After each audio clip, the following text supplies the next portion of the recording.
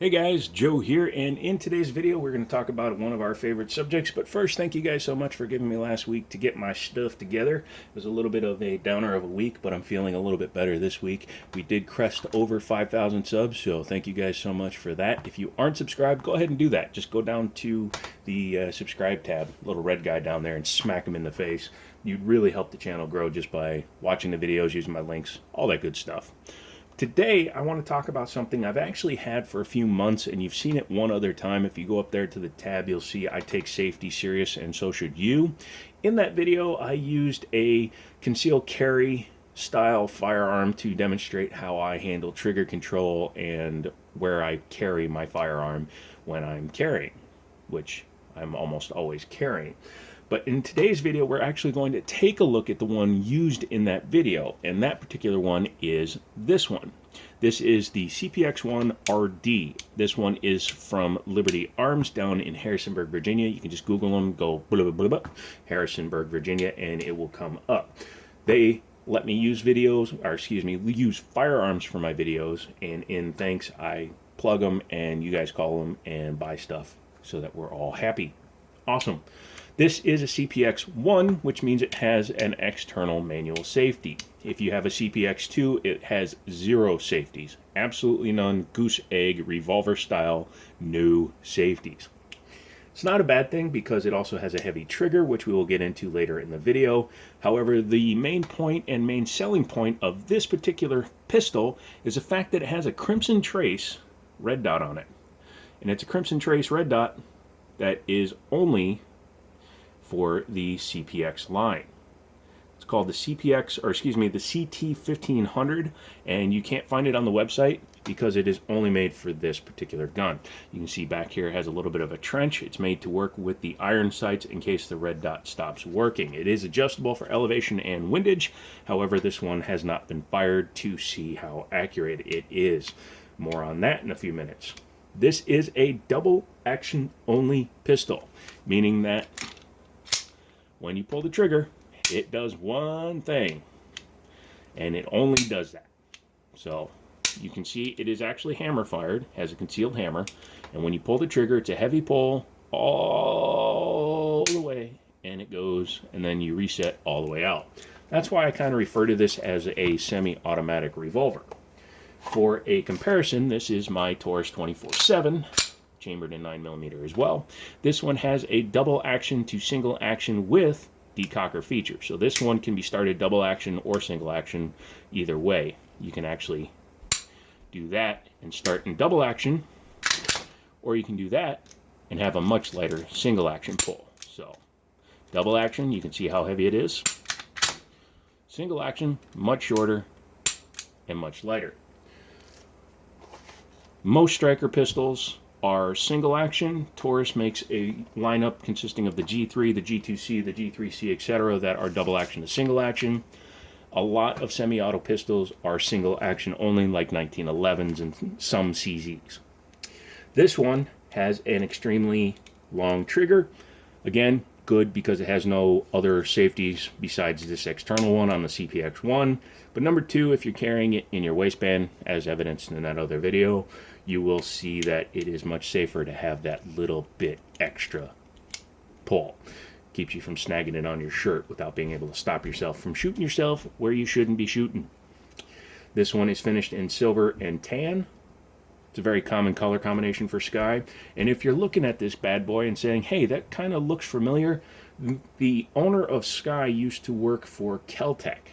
So there are a lot of similarities between the Sky CPX series and the Kel-Tec PF11 and PF9s. So if you see a similarity, it's not by accident. The guy designed both.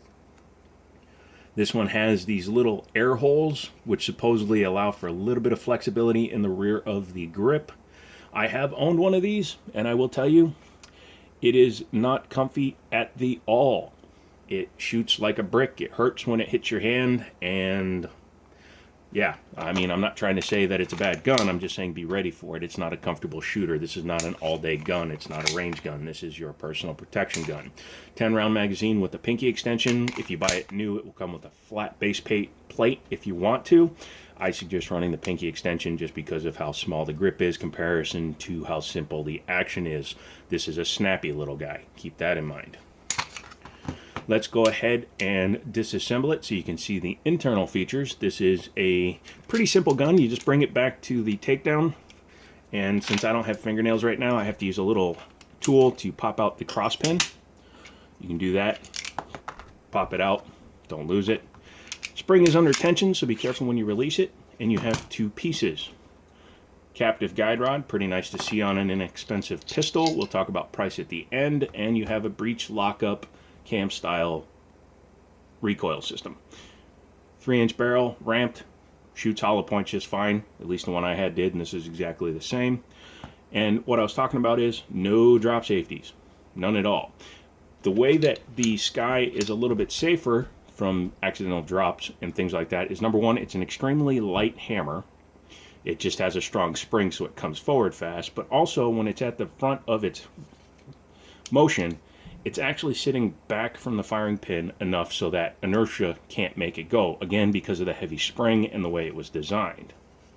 Taking a look at the frame, you will see that it is just a plastic frame or polymer frame with a aluminum insert with nice long guide rails, which I like, and a very simple action. You just have your cross pins going there, and then you have your hammer there and your little ejector. Pretty simple, pretty easy to work on. And this one needs some work because one thing that I failed to mention in the beginning is this one has a broken firing pin. That's why I've had it for so long. We just haven't gotten around to getting the new firing pin for it. I may buy this one and then reassemble it and keep it as a car gun or something. Reassembly is exactly the opposite. Take your guide rod, make sure the small end matches the front of the slide. So you pop it in there. Yep. And then you just kind of set the spring down. It's lightly sprung, which is another reason why this gun is so snappy. The rear, when it comes back, it slams into your hand pretty hard, which can actually leave imprints of these guys in your hand. But once you do that, just bring it back here, bring it back and lock it open. You'll notice that the barrel has gone all the way back. Tilt it forward, take your cross pin, line up the cam, and just slide your cross pin through.